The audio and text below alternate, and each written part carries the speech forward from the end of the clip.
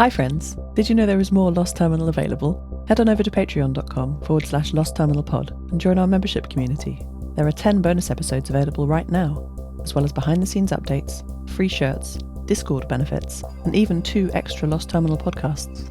We are 100% funded by our members and will never run ads. That would be lovely of you.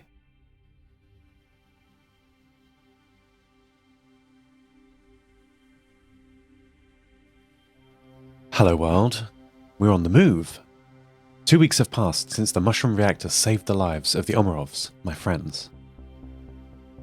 The first week was spent in nourishing healing, though the 2 Omarov siblings were restless and began venturing out with Maddie almost immediately. The second week, their strength recovered, was spent in full industry, combing the city with renewed resolve. Eventually, enough parts to rebuild the broken pressure seals were found, and today, after months of quiet, the Bravoni lurched into life again.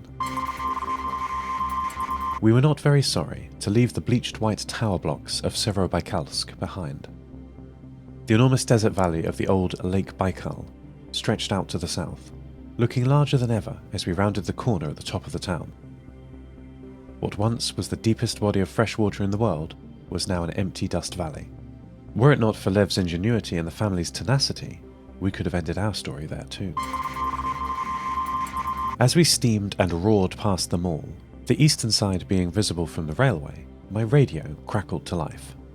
"Going so soon," Nana said. "The first legible communication from Nana." "Yes, we got the train working," I replied. "Well, come back and visit Nana soon, won't you?" she said. "There's always a treat I can find for you. Do you like rabbits? There is a wind-up one around here somewhere." Maddie, hearing this, looked up, cocking her head to one side.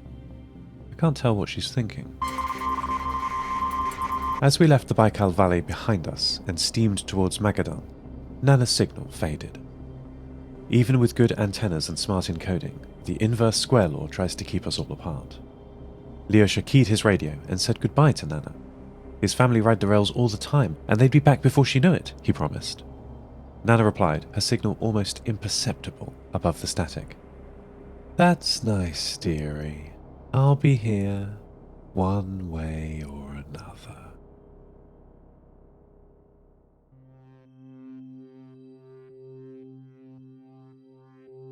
We're on high, flat ground now. The tracks are straight and clear, with desert either side. It's a great position to see the red-grey hills roll by, unchanged for kilometres all around. But it's also a great position for radio. Out of the valley, the bands are alive. News of Nia's weak signal mode has spread all over the world by long-distance trans-equatorial pathways and by local repeaters. Though we're out of range of the Nova Mediterranean repeater network at the moment, I have unique access to the ESA satellite constellation. The whole world is lighting up. The frequency that Nia contacted Violetta on is now the centre of activity for this long-ranged method of communication. I can hear more than 32 signals, each taking their own pitch, some overlapping, but then seeming to realise this and switching to another. It's hectic, but exciting. It's possible to decode all of these tones at once, as they're at distinct pitches. So not only can I follow along with Violetta and Nia's conversation about high-gain antenna design, I can read a South Australian operator talking to a South African operator. They're exchanging advice on how best to cook chicken. The conversation is getting quite heated, actually. Not everyone seems to be able to use this long-distance mode. Many messages are being sent on behalf of others. It looks like an operator in Argentina has set up a local bridge to allow people on her local repeater network to be retransmitted long distance. This is all incredible. "The trick is," Nia Anderson told me, "to find a space in the channel." She had finished her conversation with Violetta. The Nova Mediterranean people all wake at the same time, but it seems in Argentina they still sleep when the sun does. "You listen first, making sure no one else is already speaking on the frequency you choose. Then you can transmit. It's only polite.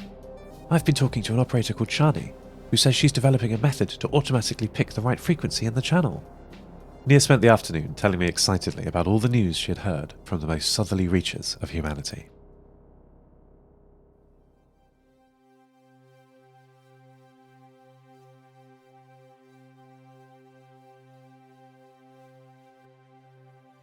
Alex drove the train carefully and quickly. First carefully, stopping regularly to check on the makeshift pressure seals made of heavily treated fabric, then quickly, once he was satisfied they were holding. A few days later, we arrived in the town of Tinder. Shouting down from the roof, where she was sitting at the front of the workshop carriage, Tanya said that she could see ruins of logging factories. Imagine, Lyosha told me, there were trees here long ago. I checked my satellite records. The Earth has changed much. I began to receive whispers of the 50 MHz repeater network now that we had travelled a little further north. Sometimes, cresting a hill, I would receive a burst of static with an imperceptible voice saying something. This is the nature of radio. It's one of the technologies that bring us closer to nature. Location and weather become far more important than in the pre-collapse internet. But as we stopped in Tinder, I heard a voice that I recognised. Yes, I know, Seth. It was Nana, and she was talking to Nia Anderson. She's connected to the Nova Mediterranean repeater network. Maddie spoke to my camera in the domestic car. Judy Bonmaski, Maddie said. Roof antenna. You helped Nana connect to the network? I asked, surprised. She jumped on the sofa and backed down, spinning quickly in excitement. Then beeped an affirmative up towards my camera. That's my girl, I told her. Nana appears to be connected at the extreme maximum range that the connection will allow. Her signal was very faint. Nia and her were talking in great detail about the electronics in Nana's store. Having seen the store firsthand, or as firsthand as I would ever get to, I saw that she was telling Nia about the store as she remembered it, not as it was. The actual store was nearly completely destroyed, only existing now in Nana's memory. But it was good to hear Nana talking about the flashing video games, beeping toys, and bright lights of her store. Nia didn't quite believe it either, I could tell. But she let Nana talk about her store and her old life. That was nice to hear. It's what you do when talking to someone who has been around for a long, long time.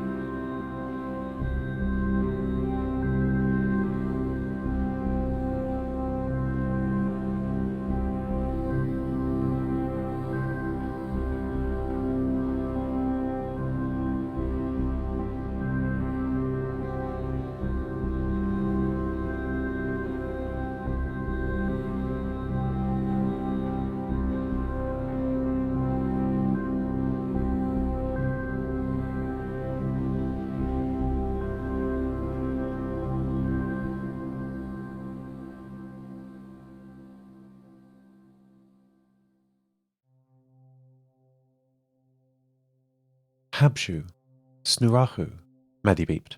Home safe? She asked. Yes, Maddie, I replied, containing my excitement that she was talking to me again. We're going home. Satisfied, she sat in her charging space next to my databanks and connected her network. Do you know him? Maddie asked me directly over our UHF link, for the first time in weeks. I knew who she meant, but I asked anyway. Who? The man who saved me. I told her about the dreams and nightmares I had shared with the man. Maddie did not seem surprised. She had no immediate follow-up questions, and left the connection open, but with no data flowing for 64 seconds. Can we set him free? She asked. I inquired further. Maddie said that she wants to be her own person. I knew it. I did not say I told her so, but I admit I thought it. Brain surgery again? It's almost become routine at this point. Perhaps I would be a doctor if I were human. I do like helping people. Before Maddie went into her low-power state, I asked her if this is what she really wants. And what he really wants. Did she know? He wants to be free. Keep him safe, Maddie told me, and then entered her sleep state. Okay, let me try this again. The twisted neurons of the man are easier to separate from Maddie this time. They're not resisting, perhaps? I don't know exactly what to make of it. It was so difficult and meticulous last time. Now it's the easiest thing to do. Perhaps I'm getting better at brain surgery. I am moving all of his mind into local storage in my databanks, extracting him piece by piece, like defragmenting a magnetic hard drive, like I did to myself on Station 6. Okay.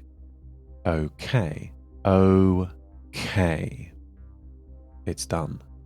It's done! Hey girl, wake up, you're free! How do you feel? She's trotting around the workshop carriage, testing out all her systems. All okay, she said over our local UHF link. Now I must find a place for the man to live. He can't live here forever. Wait. This isn't right. The disk is empty. Maddie has gone out to play with Leosha. I double-checked her systems. He's not in her subconscious anymore. Where is he? The storage drive I prepared is now entirely empty. It should hold terabytes of data of his mind in suspended animation. He's gone. Where is he? Why is my VHF radio transmitting? Unauthorized access. Oh no. I didn't wash my hands. Give me back my transmitter! My CPUs are too hot. No, not again. I'm not ready. The sins of the father do not pass to the daughter. I die every night. They made me like this. The longer you look, the more you see. That's not my name. I tell myself 64 reasons why that can't be true. Hello world. I'm home. End transmission. Hello, dearies. It's Nana. You've made a long journey. You must be hungry. Eat. There's a tasty tin of spam on aisle 7 by the televisions. You must be hungry. It was exciting when the children were here. Young Leosha, Lev, Seth and Maddie.